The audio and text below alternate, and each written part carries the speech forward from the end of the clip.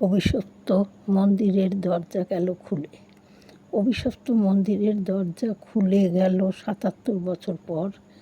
এখন সেখানে ভক্তরা যাওয়া আসা করেন, পুজো দিচ্ছেন, মনে বৈষম্য নেই।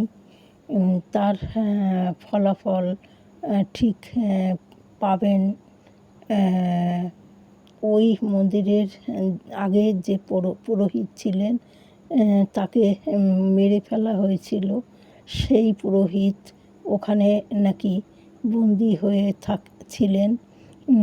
কোনো ভক্ত সেখানে যেতে সাহস করছিল না।